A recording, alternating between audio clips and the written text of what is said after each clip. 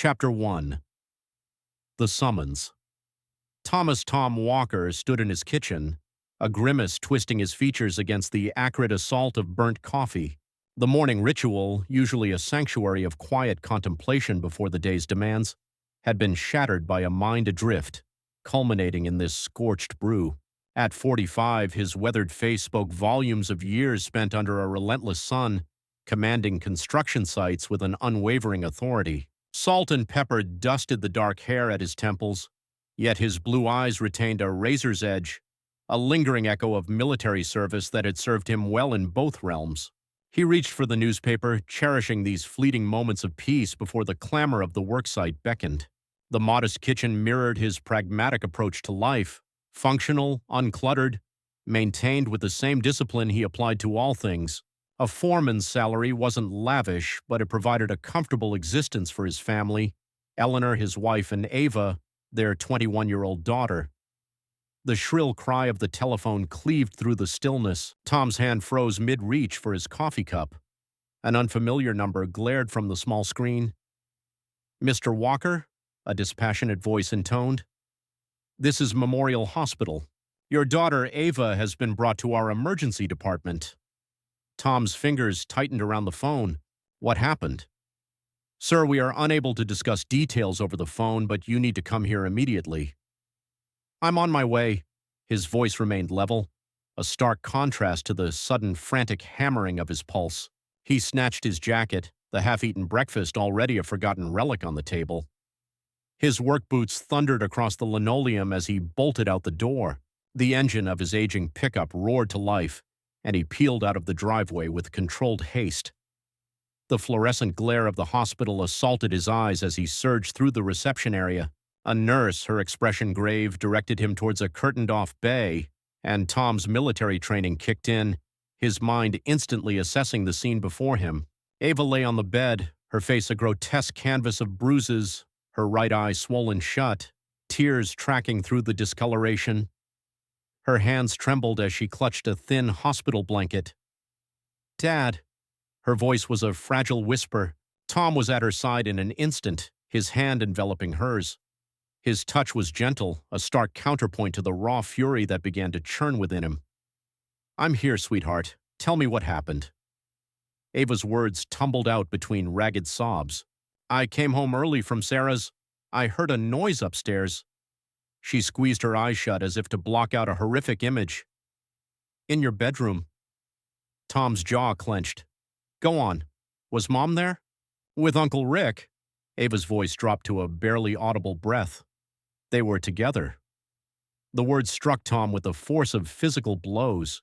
Eleanor, his wife of 23 years, with Rick, her brother, the smooth-talking businessman who always seemed to have an angle. "I yelled," Ava continued. "And then these two men just appeared. Rick's bodyguards. They grabbed me, threw me down the stairs." Her body convulsed with fresh waves of tears. "They're still there, Dad, drinking your whiskey, laughing." Tom stood, his movements controlled, deliberate. "Has a doctor seen you?" "They're waiting for the X-ray results." "Good." He kissed her forehead, his lips lingering for a moment. "I'll be right back." "Dad," Ava's grip tightened on his wrist, her bruised fingers digging into his skin. "Don't do anything stupid." A cold smile stretched Tom's lips. "Nothing stupid. Just what's necessary."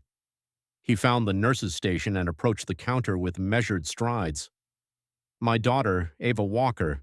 I need to know the extent of her injuries." The nurse tapped at her computer. "Contusions, possible concussion. We're awaiting the results of X-rays on her ribs and right wrist. The doctor has ordered pain medication." "I need all the documentation," Tom interrupted, his voice low and demanding. "Photographs of her injuries, medical reports, everything." "Sir, that's not standard procedure." "Make it standard." His voice dropped another octave, laced with a dangerous undertone. "Those bastards aren't going to walk away from this." The nurse studied his face, then slowly nodded. "I'll see what I can do." Tom's mind raced, trying to make sense of the fractured reality. Eleanor, his wife, the woman he had built a life with, betraying him with her own brother, Rick.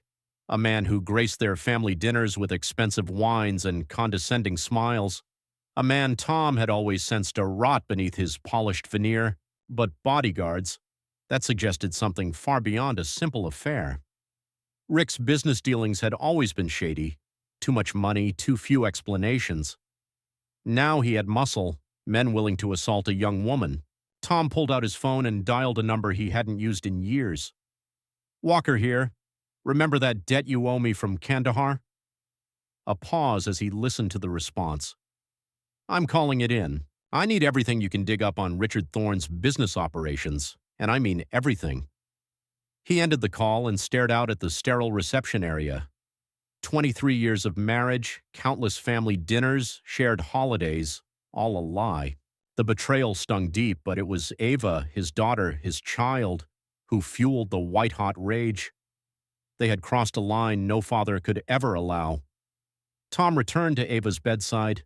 She had drifted into a restless sleep, the pain medication taking hold.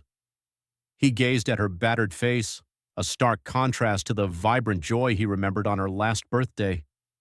He had sworn then to protect her from all harm. Today he had failed, but he would not fail her again. A doctor approached, clipboard in hand. "Mr. Walker, we need to discuss your daughter's injuries." "In a moment." Tom's eyes remained fixed on Ava's face. "I need to make one more call." He stepped away from the bed and dialed another number. The phone rang twice before it was answered. "Detective Ramirez, this is Thomas Walker. We need to talk about Richard Thorne and his associates." A brief pause as he listened. "No, not at the station. Somewhere discreet. This goes deeper than you think." Tom hung up and returned to Ava's side. The doctor waited patiently. "Tell me everything," Tom said, his voice low and dangerous. "I want to know exactly what they did to my little girl." As the doctor detailed Ava's injuries, Tom's fury crystallized into something cold and hard. Eleanor, Rick, the bodyguards, they thought they were untouchable. They thought they could inflict pain on his family and laugh about it over his whiskey. They were wrong. They had no idea who they were dealing with, but they were about to find out. Tom would make damn sure of it. He sank into the chair beside Ava's bed, his mind already sketching out a plan. First, secure Ava's safety, then gather the information, and then they would understand the magnitude of their mistake. The mistake of betraying Thomas Walker, the mistake of hurting his daughter, the mistake of thinking they could get away with it. Chapter 2. The Confrontation. Tom's pickup truck idled slowly down his street. His trained gaze scanned for unfamiliar vehicles. Two black SUVs with tinted windows sat in his driveway, professional muscle trying to look inconspicuous in a working-class neighborhood. Amateur hour. He parked a block away and approached on foot, years of military training ingrained in his every silent movement. The front door stood ajar, spilling light onto the porch. Music and drunken laughter drifted from within. Tom slipped through the side gate, moving through his own yard like an intruder. The bass from his stereo system throbbed obnoxiously, masking his approach. He could smell cigarette smoke in his house, a place where it was strictly forbidden. Voices emanated from the living room, male laughter, deep and arrogant. Rick's voice. "You should have seen his face when I showed up for Christmas dinner. Thanks for the wine, Rick." The imbecilic bastard. More laughter. Eleanor's voice joined in, slurred with alcohol. He never suspected a thing. Too busy with his precious routine. Coffee at 6, news at 6:15. Tom's hands clenched into fists. 23 years of marriage reduced to a punchline for her brother's amusement. He stepped into the doorway. The scene seared itself into his memory. Eleanor sprawled on the sofa, a glass clutched loosely in her hand, her blouse half unbuttoned. Rick lounging beside her, his arm possessively draped across her shoulders. Two men in cheap black suits stood by the windows, trying to look professional despite the beers in their hands. "Get out!" Tom's voice sliced through the music like a shard of ice. The room went still. Eleanor's glass slipped from her fingers, the contents staining the carpet. Rick's smirk faltered. "Well, well," Rick drawled, his eyes flicking towards the bodyguards. "The man of the house returns. 5 seconds, Tom said, his voice dangerously calm. Then I start throwing you out. The first bodyguard, young, bulky, his suit looking like a costume, took a step forward. Listen, pal. Tom moved. Years of combat training exploded into raw fury. His first strike shattered the man's larynx. The bodyguard clawed at his throat, a strangled gurgle escaping his lips. Tom's knee slammed into his solar plexus. The man crumpled, gasping for air. The second guard reached for a weapon. Tom intercepted his arm, twisting it until bone crunched. The guard screamed. Tom slammed his head against the wall once, twice. The man went limp, unconscious. 15 seconds. 2 threats neutralized. Rick stumbled backward, using Eleanor as a shield. Now, Tom, let's be reasonable. Reasonable. Tom advanced on them. Like your men were reasonable with my daughter? She shouldn't have been there, Eleanor spat, her eyes wide with panic. This isn't our fault. Tom's open hand cracked across her face. The sharp sound echoed through the room. Eleanor recoiled onto the sofa, clutching her cheek, staring at him in stunned disbelief. Don't you dare! Tom growled, his voice a low rumble of rage. Don't you dare blame her? Rick tried to sidle towards the door. Tom grabbed him by the throat, slamming him against the wall. Rick's feet dangled in the air, his face turning a mottled purple. Please, Rick choked out. We can talk about this. Talk? Tom tightened his grip. Like your men talk to Ava with their fists? He kneed Rick in the gut, then released him. Rick gasped for breath, doubling over. Tom's boot connected with his ribs, once, twice, 3 times. Stop it! Eleanor screamed. You'll kill him. No. Tom's voice was chillingly even. Not yet. He grabbed Rick by the hair, yanking his head back. Your men hurt my little girl. You think I'm going to be civil. What followed was methodical, brutal, and precisely calculated. Tom knew how much damage the human body could withstand. He kept Rick conscious, making him feel every blow. When he was finished, Rick lay curled on the floor, whimpering. Blood seeped from his nose, his lips, forming a dark puddle on the carpet Tom had laid last summer. Tom turned to Eleanor. She was pressed against the back of the sofa, trembling. Tommy, please, she sobbed. I can explain. Don't call me that. He looked at her as if she were a stranger. Pack your things. Get out. If you're still here in 10 minutes, you'll wish you were never born. Eleanor staggered to her feet. Where am I supposed to go? Ask your brother. Tom's laugh was devoid of humor.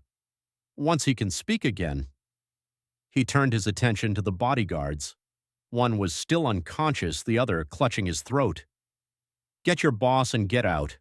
If I ever see either of you again, your bodies won't be found. The conscious guard struggled to his feet, helping his groaning partner up. Together, they hauled Rick, who moaned in agony, towards the door. This isn't over, Rick mumbled through bloodied lips. You're right, Tom smiled, a predatory glint in his eyes, and both guards involuntarily took a step back. It's only just beginning. He watched as they bundled Rick into one of the SUVs. Eleanor trailed after them, mascara streaking her cheeks. She glanced back once, but Tom had already turned away. Inside, he surveyed the wreckage, broken glass, blood on the carpet, cigarette burns on his coffee table. The home he had built had been defiled by their presence. His phone buzzed, a text from Mac. Got something. Meet tonight. Tom nodded to himself. Eleanor and Rick thought it was over. They thought he had vented his rage, exacted his revenge. They were wrong. This wasn't about revenge. This was about justice for Ava, for the years they had laughed behind his back, for every holiday dinner Rick had sat at his table, plotting to destroy his family. Tom walked into his bedroom, their bedroom. The bed where she had betrayed him still held the ghost of their deceit. Methodically, he stripped the sheets, carried them to the backyard, and set them ablaze. Then he made a series of calls, to the bank, to his lawyer, to Detective Ramirez. Eleanor thought she knew him, thought he was predictable, dull, safe. She was about to learn just how wrong she was. They all were. Chapter 3. Backstories. In the silence that followed the violence, Tom sat in his armchair, staring at the blank television screen. The house felt hollow, tainted. Rick's blood still clung, dried and dark, beneath his fingernails. His phone vibrated again. Mac.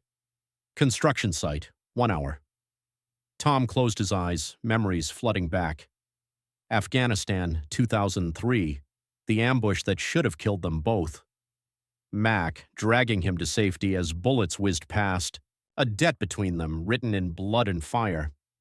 He hadn't always been this man, capable of cold violence, of calculated retribution. Once he had been a small-town boy with simple dreams. The military had changed him, taught him about duty, loyalty, and the harsh realities of a world where violence solved problems words could not. The day he met Eleanor flickered through his mind. She was a waitress at the local diner, all smiles and endless chatter.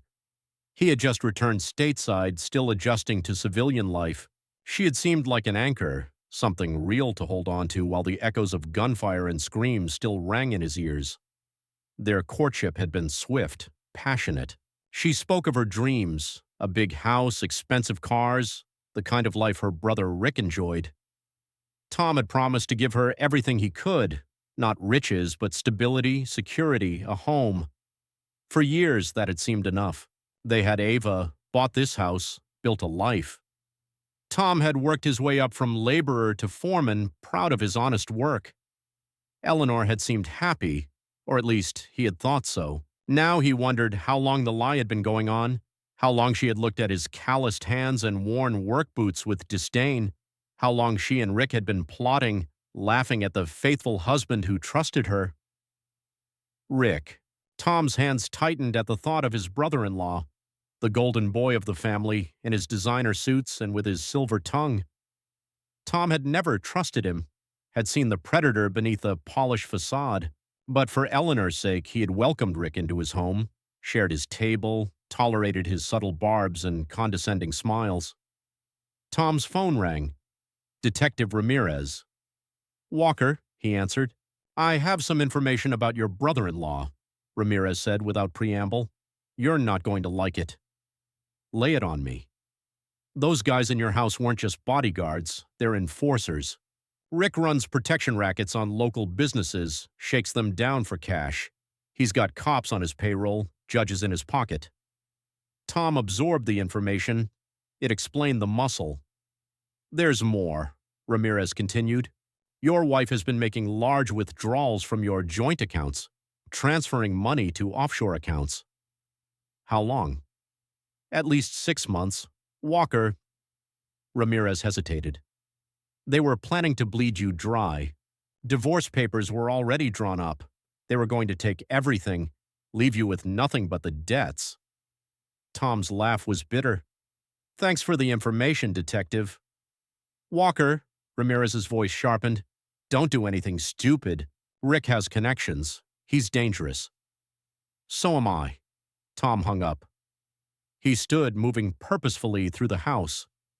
In the bedroom, he opened the closet, pushed aside the hanging clothes. Behind a false panel was a safe, his private space, a secret Eleanor had never discovered. Inside lay the remnants of his military life, documents, medals, a small notebook filled with contacts from his service days, people who owed him favors, people who knew how to make problems disappear quietly. The construction site was dark when he arrived. Mac's pickup was parked in the shadows, away from the streetlights. Tom approached cautiously, scanning for surveillance. Old habits died hard. Mac stood by a stack of steel beams, his broad frame silhouetted against the night sky. 20 years of hospital administration hadn't softened him. He still moved like a soldier, alert and ready. "You look like hell," Mac said as Tom approached. "You should see the other guys." Mac nodded towards his truck. "Got something to show you." Inside the cab, Mac pulled out a laptop. Dug around a bit on Rick's financials. This guy's got his fingers in everything. Real estate scams, racketeering, money laundering. But here's the interesting part. He swiveled the screen towards Tom. Bank statements, property deeds, shell corporations. Your wife's name keeps popping up. She's been working with Rick for years, helping him move the money. She's not just his mistress, she's his partner. Tom stared at the documents, his face hardening with each passing moment.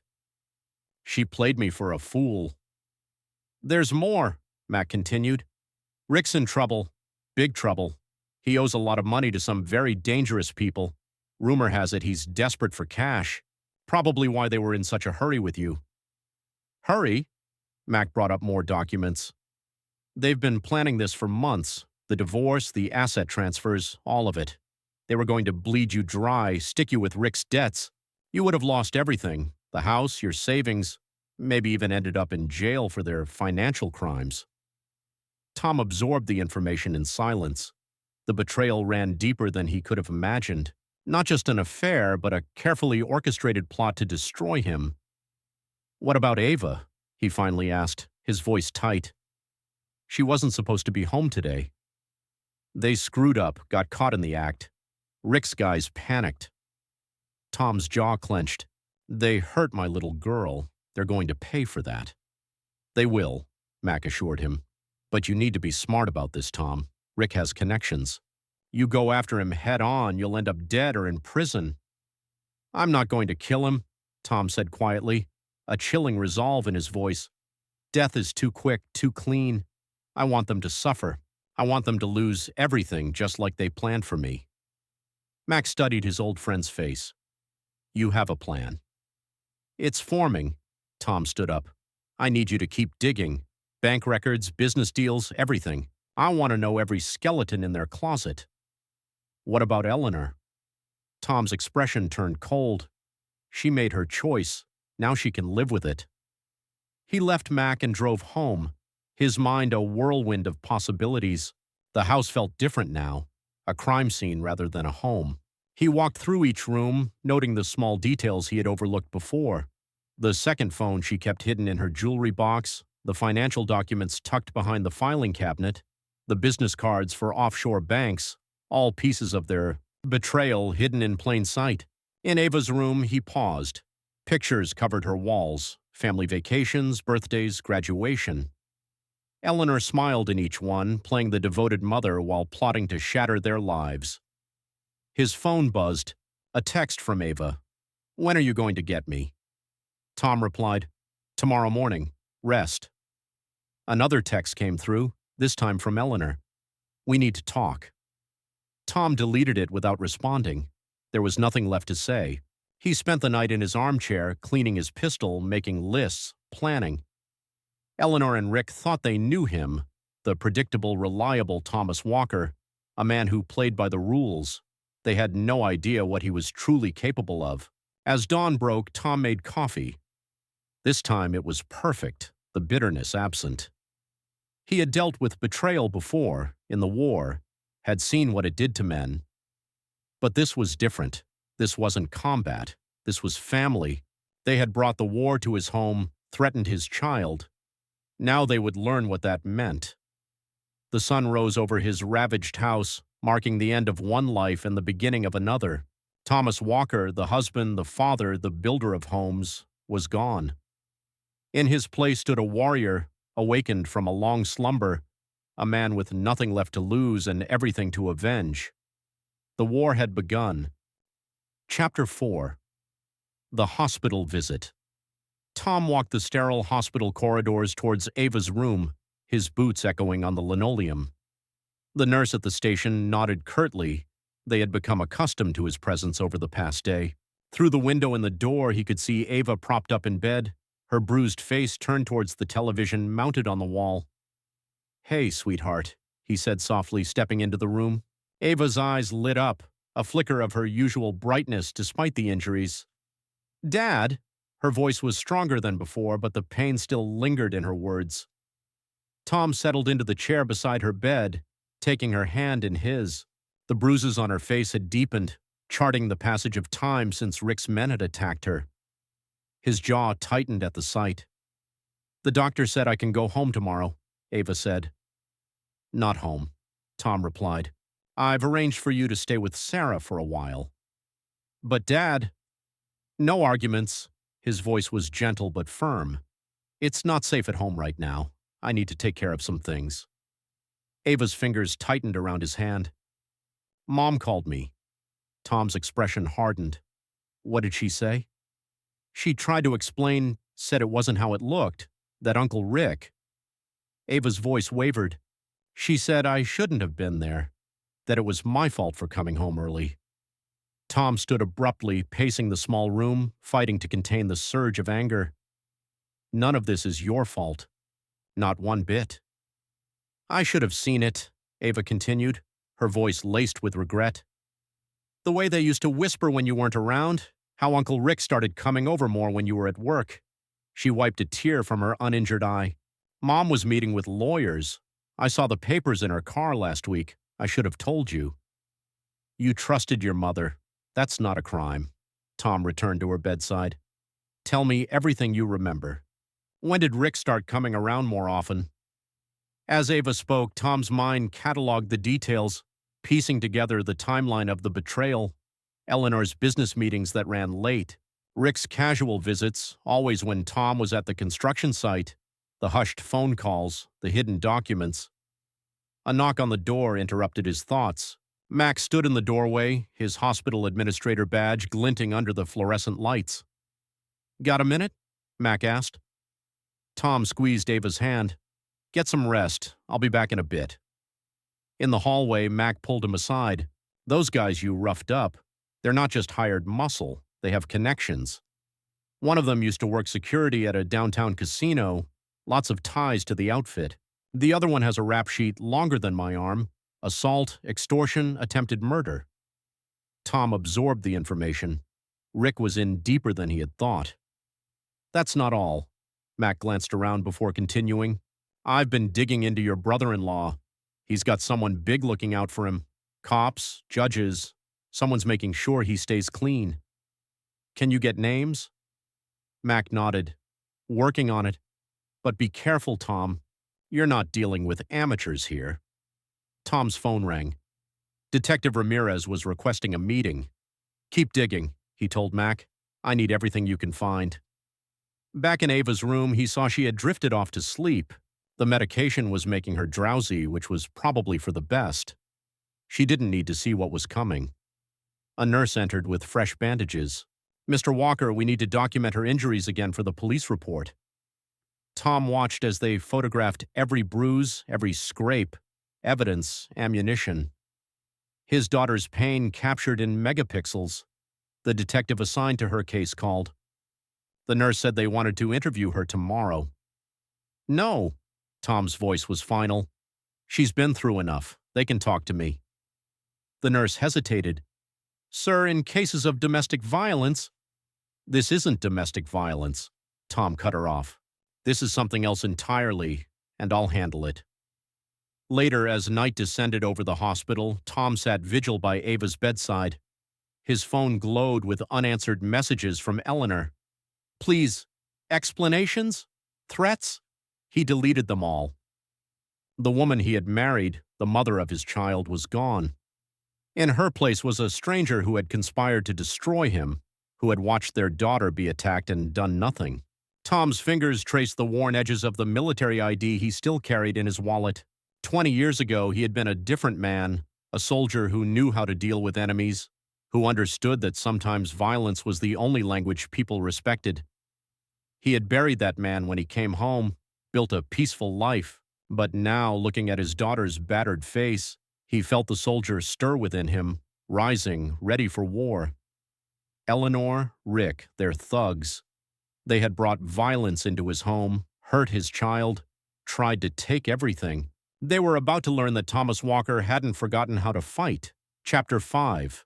The investigation. The police station buzzed with activity as Tom made his way to Detective Ramirez's desk. Isabella Izzy Ramirez was a sharp-featured woman in her late 30s, with piercing eyes that missed nothing. She gestured for him to sit. You look like hell, she observed. Rough couple of days. Izzy slid a thick file across the desk. Your wife has been busy. These are surveillance photos. She spread them out on the table. Candid shots of Eleanor meeting with various men in expensive suits. This is Julian Torres. Izzy pointed to a handsome man in his early 30s. A con artist specializes in real estate scams. Been on our radar for a while, but we can never make anything stick. Your wife has met with him at least 6 times in the last month. Tom studied the photos, a cold knot forming in his stomach. What's the connection? Torres helps people hide money, set up shell corporations, offshore accounts. He's good at it. We've never been able to nail him on anything. Izzy leaned forward. 3 weeks ago, Eleanor transferred a significant portion of your joint savings into an account we can't trace. The paperwork looked legitimate. Your signature was on everything. I didn't sign anything. No, but someone did. Someone good enough to fool the bank. Izzy produced more documents. There's more. Your brother-in-law's business is a front. Money laundering, probably drugs. The bodyguards who hurt your daughter work for the Castellano family. The name hit Tom like a physical blow. The Castellano family controlled a significant portion of organized crime in the city. If Rick is connected to them, you need to back off, Izzy warned, her voice low and serious. These people don't play games. They'll kill you without a second thought. Tom's laugh was humorless. They already tried to destroy me, hurt my daughter. You expect me to just walk away? I expect you to be smart. Izzy lowered her voice.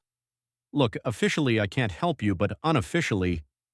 She slid a USB drive across the table. Everything we have on Torres, Rick, their operations. Account numbers, business records, surveillance reports. Just be careful how you use it. Tom pocketed the drive. I owe you one. Yeah, you do. And Tom, she grabbed his arm as he stood, whatever you're planning, make sure I don't have to arrest you.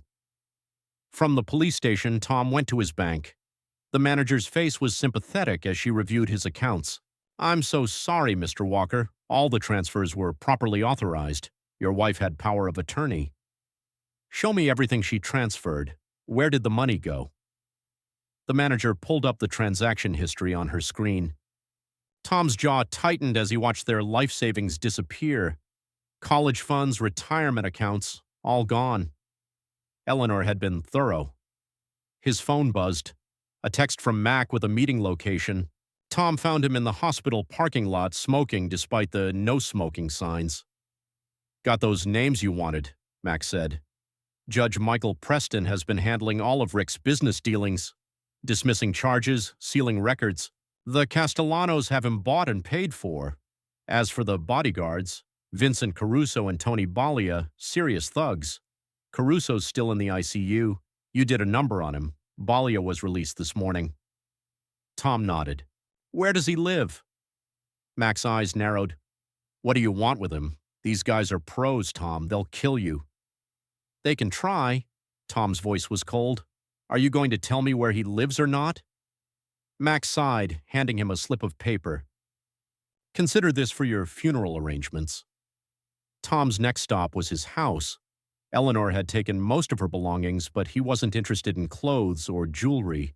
He went straight to her home office, the one place she had never allowed him to organize. The filing cabinets proved to be a treasure trove. Bank statements, correspondence, meeting notes. Eleanor had documented everything, probably to protect herself. Now her own paranoia would help destroy her. In a hidden folder, he found photographs of Eleanor and Rick in compromising positions. Leverage, insurance, Tom realized. She had been playing everyone, even her partner in crime. His phone rang, Eleanor's number. He almost dismissed it, then changed his mind. It was time to start his own game. Yes, Tommy, please. Her voice was tearful. We need to talk. It's not what you think. No, his voice was flat. Is that why you stole my money? Why you watched Rick's men throw our daughter down the stairs? I didn't know they would hurt her. Rick promised. What? That it would help you bleed me dry, frame me for his crimes?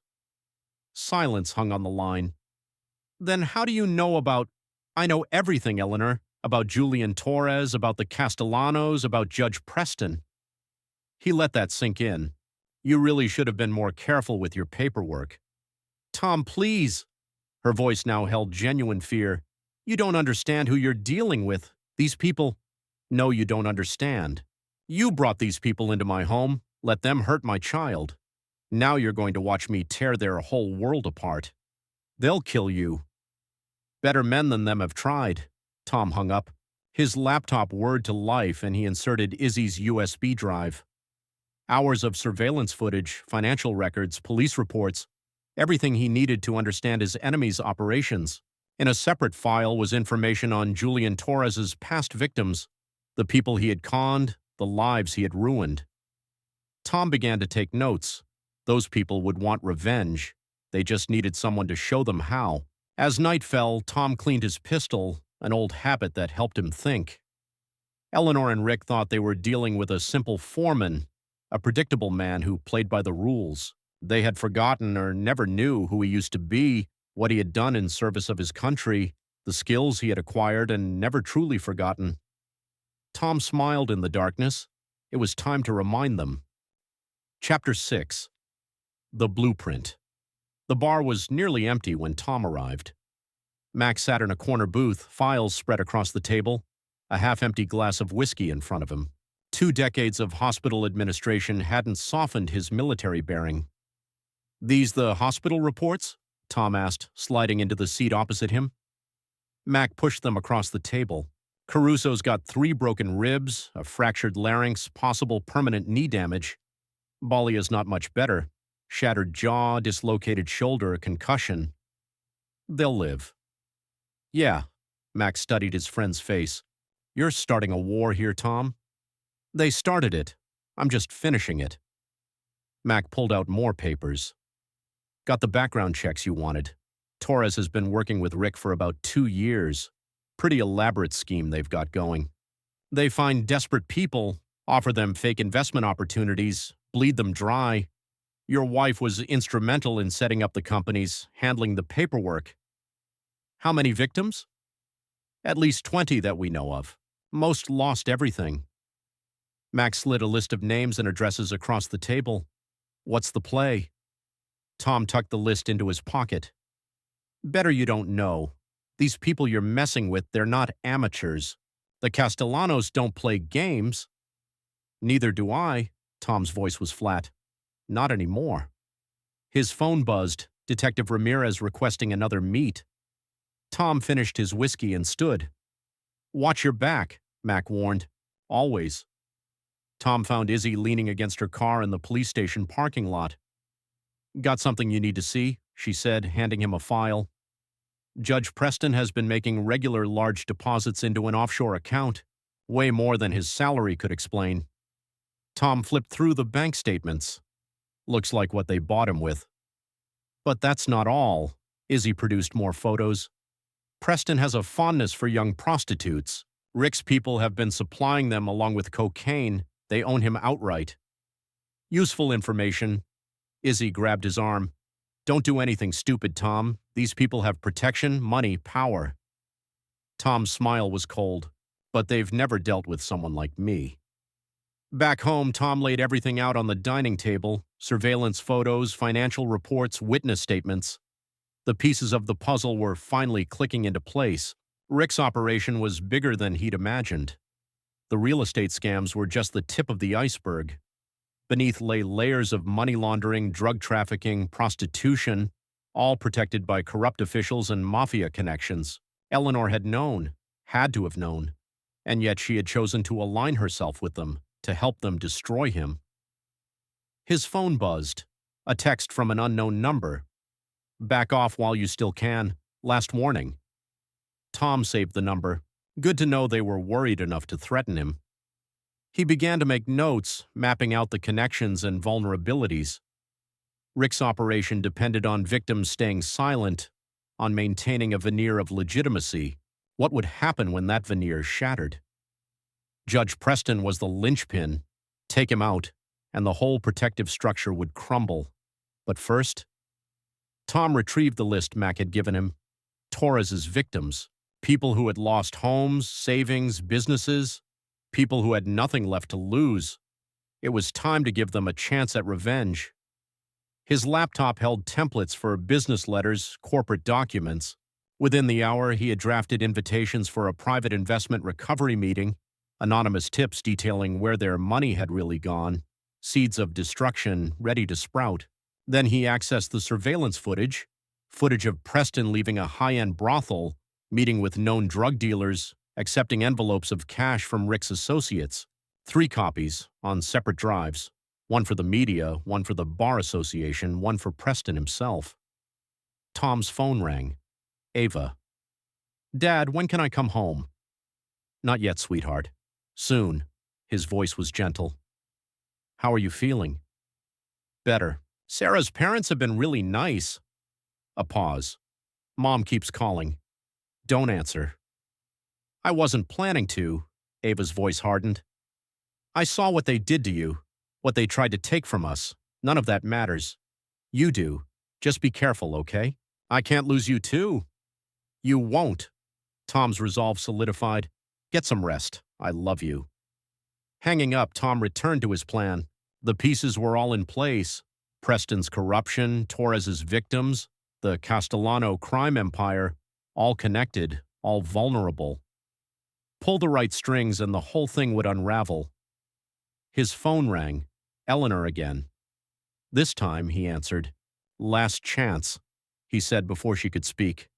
"Tell me where the money is."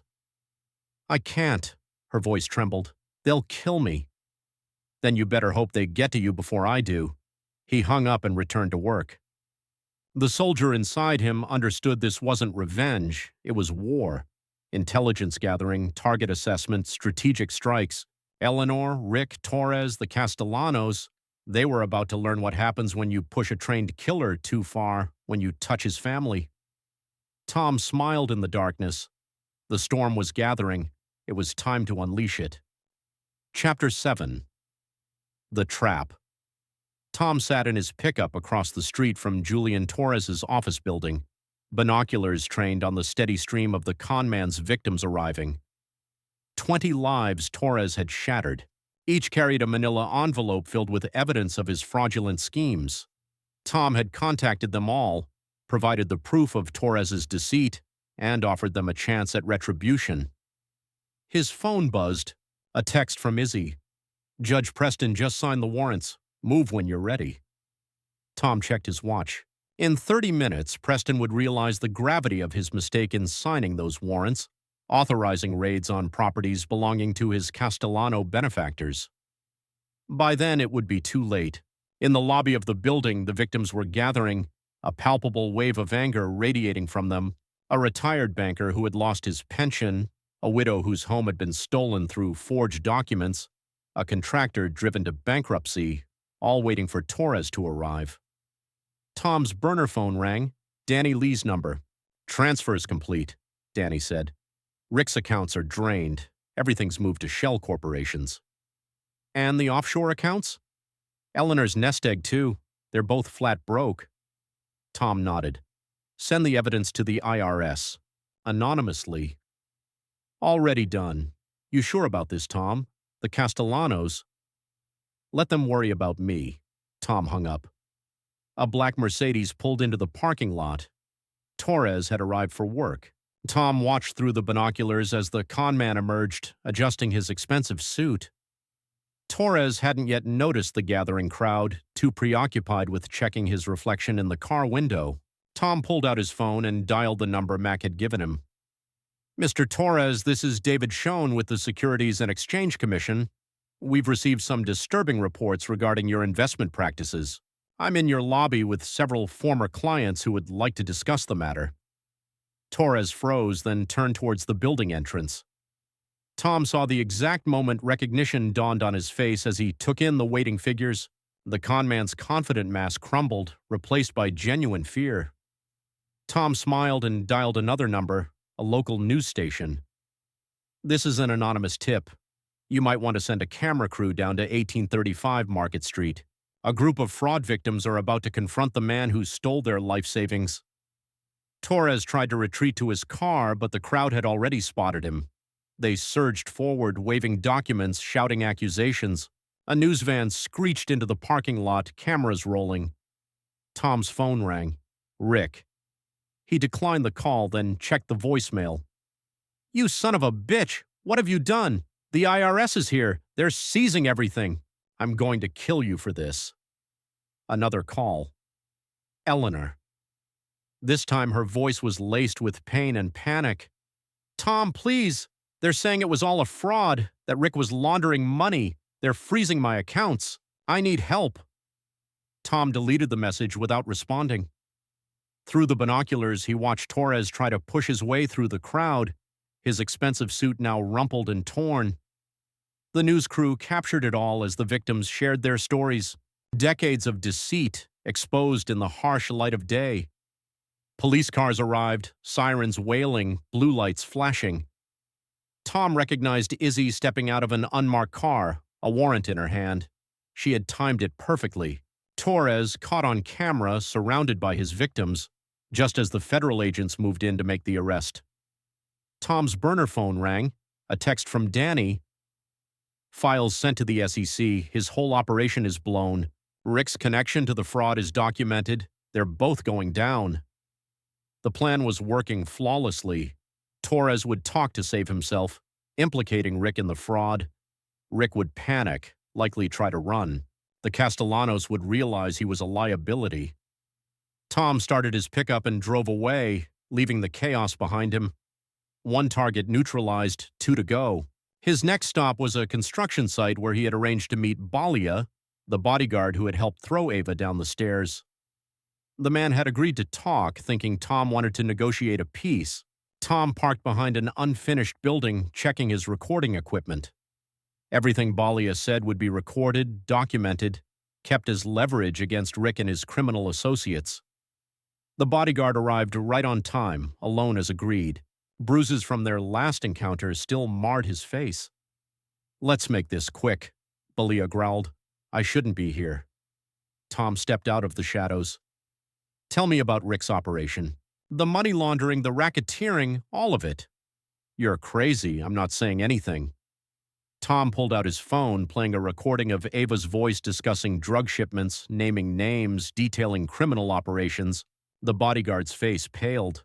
"Where did you get that?" "Your buddy Caruso talks in his sleep.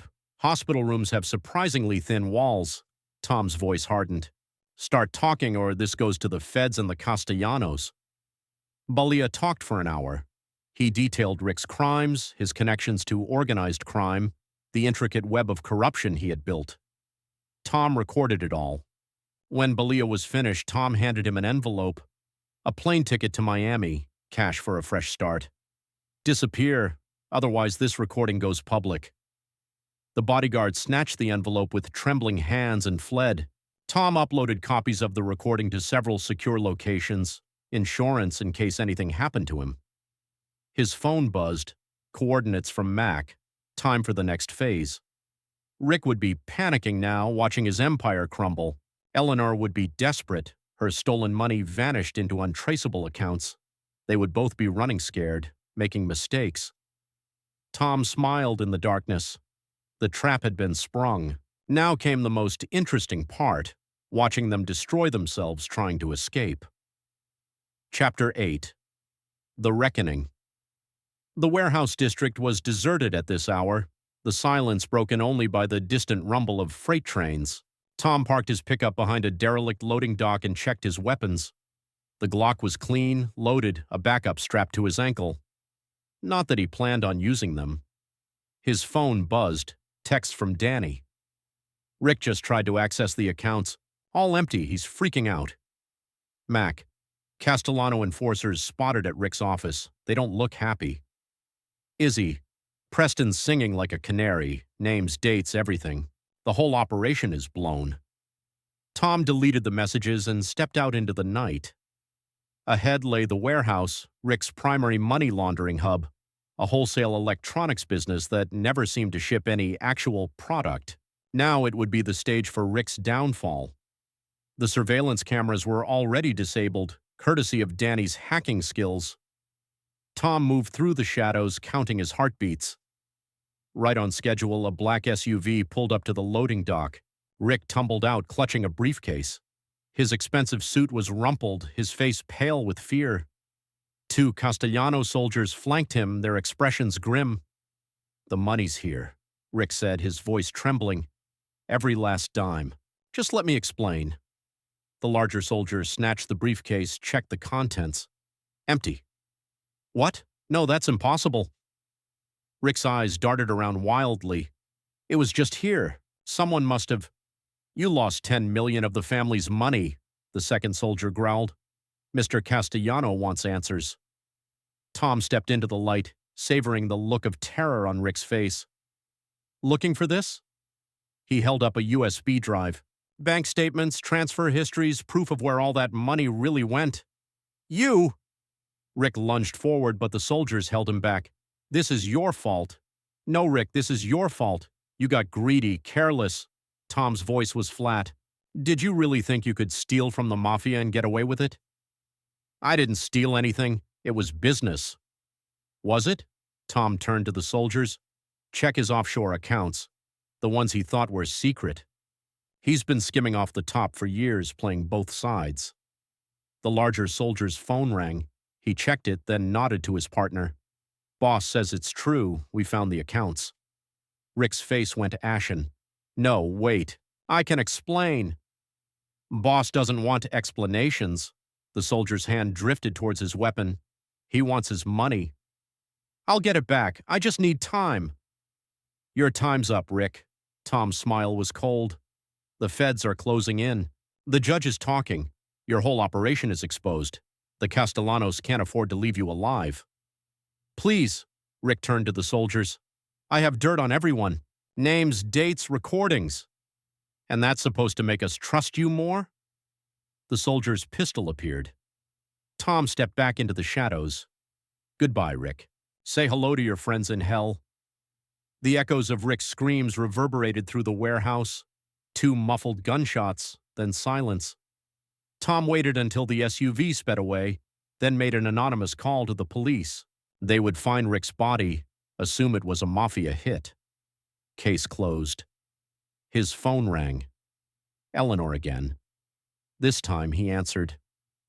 It's over, he said before she could speak. Rick's dead. Torres is in custody. The money's gone. Tom, please. Her voice was choked with sobs. I never wanted this. Save your lies. I'm tired of hearing them. What am I supposed to do? I have nothing left. You got exactly what you deserved. Tom's voice was glacial. You chose this path. Now walk it alone. He hung up and drove to the cheap motel where Eleanor was hiding. She opened the door to his knock, her designer clothes replaced by cheap department store attire, her makeup smeared with tears. Did you come to gloat? She spat. Bring the divorce papers? And this, he handed her an envelope containing proof of her involvement in Rick's crimes. Try anything and this goes to the feds. You can join your brother in hell. You can't prove anything. Want to bet? Tom's smile was grim. I have recordings, bank statements, witness testimonies, everything. Eleanor's shoulders slumped. What do you want? Sign the papers. Disappear. Never contact me or Ava again. And if you don't, I will destroy you completely. Your choice. She signed. Tom left her there, weeping in the dingy motel room. Her dreams of wealth and power had evaporated. His phone rang. Izzy with an update. The investigation was proceeding exactly as planned. Rick's death would be ruled a mafia hit. Torres was cooperating, implicating everyone. The Castellanos were turning on each other, their empire crumbling. Tom drove home, a grim satisfaction settling in his chest. They had tried to destroy him, hurt his daughter, steal everything he had built. Instead, he had destroyed them all. Chapter 9. The Aftermath. Sunlight streamed through the kitchen window as Tom made coffee. This time it was perfect, the bitterness absent. The headlines of the morning paper screamed, "Major crime ring busted," and below, "Prominent businessman found dead in warehouse." His phone rang, Mac on the line. It's all over the news, Mac said. Rick's murder, Torres's arrest, the whole damn operation blown wide open. You sure about this, Tom? Done. Tom took a sip of his coffee. The Castellanos think Rick stole their money. The feds think it was a mafia hit. Case closed. And Eleanor's broken, alone, on the run. She signed the papers this morning. Good. How's Ava? Healing. Coming home today. Hanging up, Tom scanned the morning reports. Danny had wiped all traces of their cyber operations clean. Izzy had sealed the case files. Rick's murder marked as solved, a mob execution. The Castellanos were too busy dealing with federal investigations to think about revenge. The doorbell rang. Ava was back from Sarah's. She looked better, the bruises fading, a genuine smile gracing her lips. "Hey, Dad." Tom pulled her into a tight hug. "Welcome home, sweetheart." "I saw the news." She studied his face. "Was it you?" "Some questions are better left unasked," Tom said gently. Ava nodded. "Mom called." "What did she say?" "Begged me to help her. Said she was sorry that she had nowhere to go." Ava's voice hardened. "I told her she should have thought about that before she betrayed us." Pride swelled in Tom's chest. His daughter was strong, like him, unforgiving of betrayal. His phone rang. Detective Ramirez. "Just wanted you to know," Izzy said. "Torres is singing like a canary. Judge Preston's going away for decades. The whole damn corrupt network is exposed." "Thanks, Izzy." Her voice softened. "It's over, Tom. Let it go now." He hung up and joined Ava in the kitchen. She was making breakfast, humming softly to herself. "What now?" she asked. "Now," Tom said, "we rebuild. Together." Later, alone in his study, Tom reviewed the final details of his retribution. The offshore accounts where he had stashed Rick's stolen millions, insurance against future threats. The files documenting Eleanor's crimes, ready to unleash if she ever resurfaced. The network of allies he had forged, Mac, Danny, Izzy, loyal friends who understood the importance of justice. His phone rang. One last time, an unknown number. He answered cautiously. "Mr. Walker?"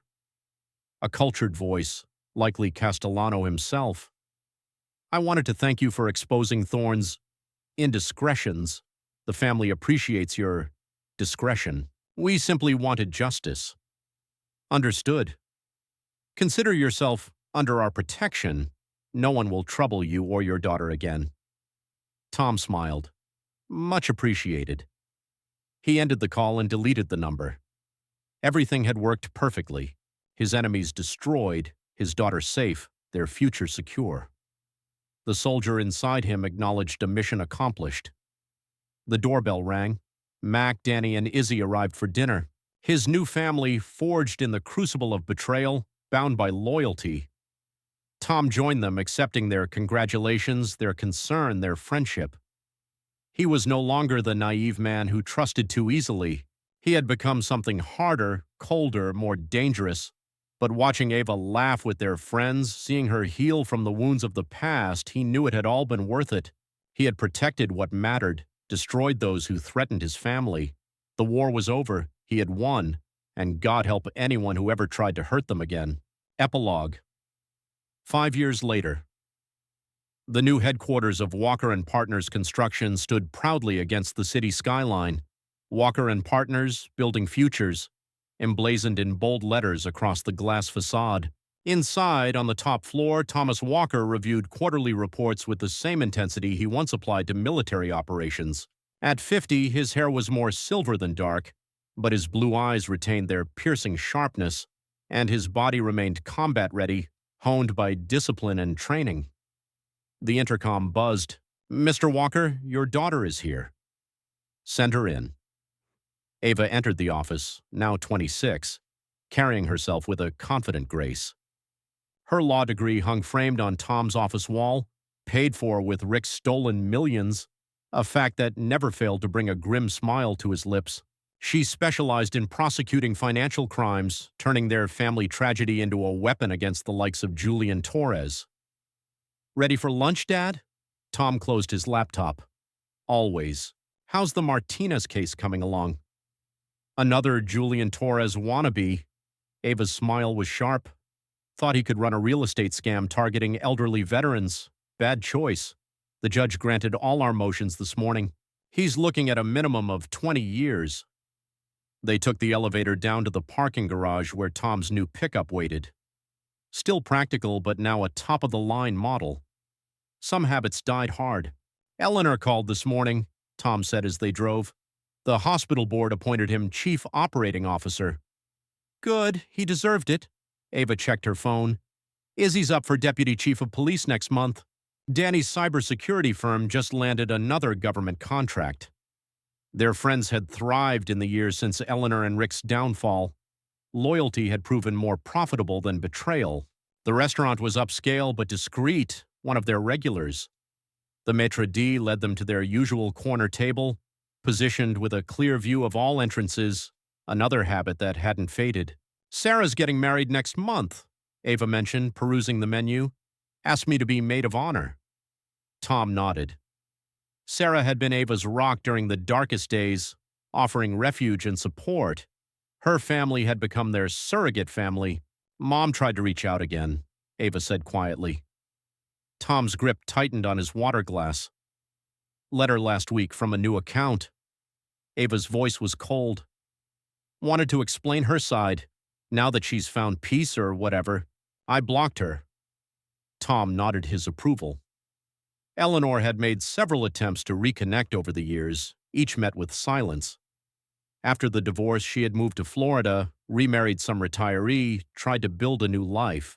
Tom kept tabs through various channels, not out of sentimentality, but for strategic reasons. Know thy enemy, even a defeated one. Anything new on Rick's old associates? Ava asked. The Castellanos are mostly legit now. The old man died last year. His sons are running clean businesses. Tom maintained a carefully neutral relationship with the crime family, a mutual respect, a mutual distance. Julian's still in prison, at least another 10 years. Their order arrived. Steak for Tom, grilled salmon for Ava. They ate in comfortable silence for a while. The company's expanding again, Tom mentioned. Bought that development firm in Phoenix, the one Rick tried to steal from that widow. Ava's smile was vindictive. Good move. Tom returned the smile. The company's growth was strategic, methodical. Every acquisition either strengthened their position or settled an old score. The millions he had taken from Rick had become the seed money for an empire built on legitimate success. Detective Rodriguez called yesterday, Ava said. Remember that cold case they reopened? Rick's murder. Tom's face remained impassive. Ah, officially closed now. Ruled a mafia hit. Case inactive. Ava met his gaze. No new leads. They never discussed Tom's exact role in Rick's death. Ava had never asked, understanding that some questions were best left unsaid. But she knew her father, knew what he was capable of, knew he would do anything to protect their family. After lunch, they walked through the park where Ava had played as a child. The old playground had been replaced with new equipment, courtesy of an anonymous donation from Walker and Partners. James proposed, Ava said suddenly. Tom turned to study his daughter. James Chun was a prosecutor she had met 2 years ago, smart, honest, devoted to Ava. Tom had, of course, conducted a thorough background check. The kid was clean. And what did you say? I said I needed to think about it. Ava sat on a bench. You know, after what happened with Mom, it's hard to trust. James isn't Rick, and he isn't Eleanor, Tom said carefully. He's proven himself. You approve? I approve of anyone who makes you happy and treats you right. Tom's voice hardened. And he knows what will happen if he doesn't. Ava laughed. Yeah, he's terrified of you. In a healthy way. They watched the children playing for a while, parents hovering nearby, normal lives, normal concerns. Tom sometimes wondered what that felt like. Izzy mentioned they found an old storage unit belonging to Eleanor's ex-boyfriend, Julian, Ava said. Lots of documents. Might cause some people problems. Already handled, Tom replied. Danny scrubbed everything. As far as anyone knows, it was empty.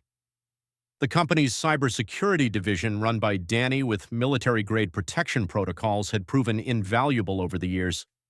Information was power, and Tom believed in controlling it. His phone buzzed, Max sending their monthly security briefing, another ritual born from past betrayals. Trust but verify, always. Sarah wants you to walk her down the aisle, Ava mentioned. Her dad's happy to share the honor. Warmth spread through Tom's chest. Family wasn't always blood. Sometimes it was the people who stood by you in the dark. They returned to the office, passing the construction site of their newest project, a women's shelter built in partnership with Izzy's task force on domestic violence. Another way to right the scales. "Dinner tonight?" Ava asked as they reached her car. "James wants to have a proper talk with you." Tom nodded. "Tell him to bring that single malt he's been saving, and remind him I'm an excellent shot." Ava kissed his cheek. "Love you, Dad. Try not to terrorize my fiancé too much." No promises. Watching her drive away, Tom reflected on the years since Eleanor's betrayal. He had rebuilt more than just a business empire.